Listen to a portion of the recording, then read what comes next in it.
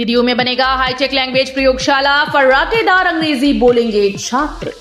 किताबी ज्ञान के साथ विद्यार्थियों की भाषा शैली सुधारने के लिए गोरखपुर विश्वविद्यालय में लैंग्वेज प्रयोगशाला का निर्माण किया जाएगा। इस प्रयोगशाला में फर्राटेदार अंग्रेजी बोलने के साथ हिंदी और संस्कृत भाषा के उच्चारण को सॉफ्टवेयर की मदद से सुधार सकेंगे। विश्वविद्यालय को पीएम ऊषा के तहत मिलने वाले 100 करोड़ की रकम से इस हाईटेक प्रयोगशाला का निर्माण किया जाएगा। यूपी के मुरादाबाद से शहरों के बीच ट्रेन में सफर होगा आसान, समय की भी होगी बचत। रेल से सफर करने वालों के लिए बहुत बढ़िया गुड न्यूज है। यूपी के शहरों के बीच सफर अब पहले से ज्यादा आसान होने के साथ ही सफर में समय की बचत भी होगी। भारतीय रेल की ओर से इन शहरों के बीच रखरखाव और मरम्मत का काम पूरा हो गया है। इसी के साथ यात्रियों को स्पेशल ट्रेन की सुविधा भी मिलेगी। आंगनबाड़ी वर्कर्स के 23,000 से ज्यादा पदों पर आवेदन की अंतिम तिथि बढ़ी। उत्तर प्रदेश सरकार के महिला और बाल विकास मंत्रालय के तहत होने वाली आंगनबाड़ी कार्यकर्तियों की भर्ती में आवेदन की अंतिम तिथि बढ़ा दी गई है। लखनऊ, रामपुर, बस्ती समेत कई जिलों में आवेदन की अंतिम तिथि अब 11 अप्रैल 2024 तक बढ़ा दी गई। यूपी आंगनबाड़ी भर्ती 2024 में आंगनबाड़ी वर्कर्स के कुल 23,753 पदों पर योग्य अभ्यर्थियों की नियुक्ति की जाएगी। सभी जिलों के लिए रिक्तियों की संख्या और आवेदन की तिथि अलग अलग है। पीएचयू नए शैक्षिक सत्र में प्रवेश की प्रक्रिया शुरू, राष्ट्रीय शिक्षा नीति लागू करने की तैयारी। शैक्षणिक सत्र 2024-25 में सुचारू व त्रुटि रहित प्रवेश प्रक्रिया के लिए बीएचयू ने केंद्रीय प्रवेश समिति का गठन किया। महिला महाविद्यालय के प्रोफेसर भास्कर भट्टाचार्य को समिति का अध्यक्ष बनाया गया है। समिति को प्रवेश प्रक्रिया के विकास और इसके प्रभावी कार्यान्वयन की जिम्मेदारी सौंपी गई है। दिल्ली से गोरखपुर के लिए वंदे भारत स्लीपर ट्रेन होगी चालू। पूर्वोत्तर रेलवे ने एक नया सुझाव पेश किया है, नई दिल्ली से गोरखपुर तक स्लीपर वंदे भारत ट्रेन की शुरुआत करने का। इस प्रस्ताव को महाप्रबंधक की स्वीकृति मिल चुकी है।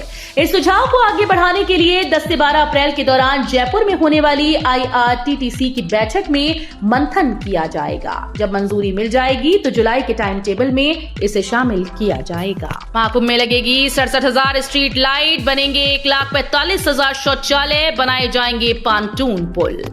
महाकुंभ की तैयारियों को लेकर पुराने मेला अफसरों के अनुभवों को शामिल किया जा रहा है। योजना भवन में मुख्य सचिव दुर्गा शंकर मिश्र के आगे कई कुंभ मेला अधिकारियों ने प्रेजेंटेशन दिया।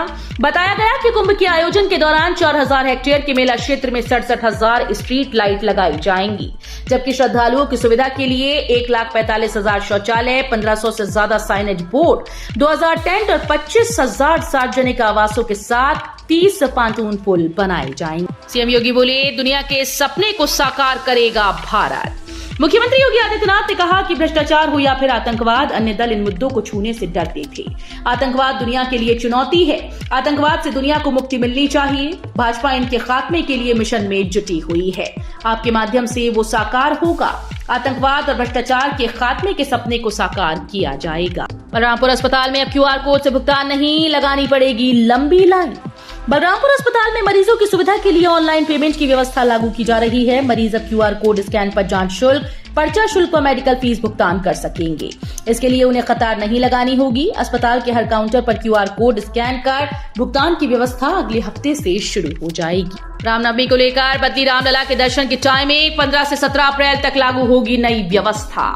रामनवमी के मौके पर 15 से 17 अप्रैल तक राम मंदिर 20 घंटे खोला जाएगा, यानी रामलला 20 घंटे भक्तों को दर्शन देंगे।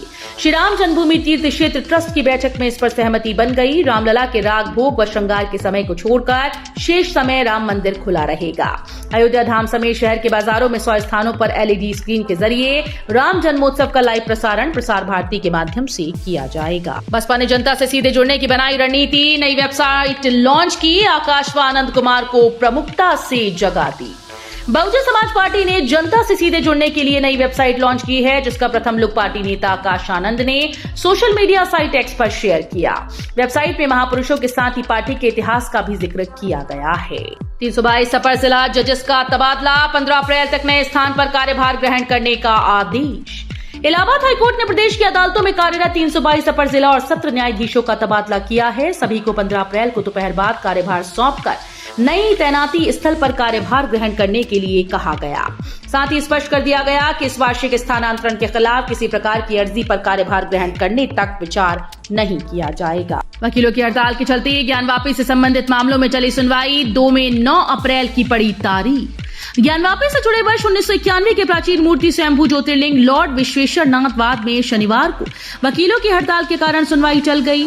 अब इस मामले में 9 अप्रैल को सुनवाई होगी। घर से भागकर शादी करने वाले जोड़े की गिरफ्तारी पर रोक, आर्य समाज को दस्तावेज के साथ किया तलब।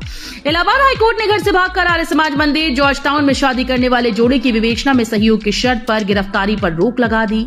साथ ही राज्य सरकार सहित विपक्षी से जवाब मांगा। कोर्ट ने इससे पहले 7 मार्च 24 को जारी आदेश का पालन सुनिश्चित करने का भी निर्देश दिया। आगरा को 734 नए दरोगा, व्यवहारिक पुलिसिंग का पढ़ेंगे 5, काम के आधार पर मिलेगी ग्रेडिंग। आगरा कमिश्नरेट को 734 नए दरोगा मिले हैं। पहली तैनाती में दरोगाओं को 6 साल गुजारने हैं। इनकी 1 साल कड़ी परीक्षा होगी। इनको सिपाहियों की तरह बीट पुलिस अधिकारी की जिम्मेदारी दी गई। इसमें वो कानून व्यवस्था बनाने से लेकर व्यवहारिक पुलिसिंग का पाठ पढ़ेंगे। शनिवार को पुलिस आयुक्त रविंदर गौड़ संवाद कर पुलिसिंग की जानकारी दी। प्रयागराज में दिन का पारा 41.2 डिग्री बढ़ा, न्यूनतम तापमान भी। दिन का पारा तीखी धूप के कारण लगातार बढ़ता जा रहा है। प्रयागराज में तापमान 41.2 डिग्री सेल्सियस रहा। अधिकतम तापमान में तेजी बरकरार है। वहीं रात का तापमान भी सामान्य से अधिक बना हुआ है। प्रदेश में न्यूनतम तापमान 18.5 से 23.5 के बीच दर्ज हुआ। आंचलिक मौसम विज्ञान केंद्र के वरिष्ठ मौसम वैज्ञानिक अतुल कुमार सिंह के मुताबिक अधिकतम व न्यूनतम तापमान सामान्य से 5 डिग्री अधिक रहा। कब होंगे मंत्रालय, बुजुर्गों की बढ़ेगी पेंशन, मोदी 3.0 की तैयारी में जुटे अधिकारी।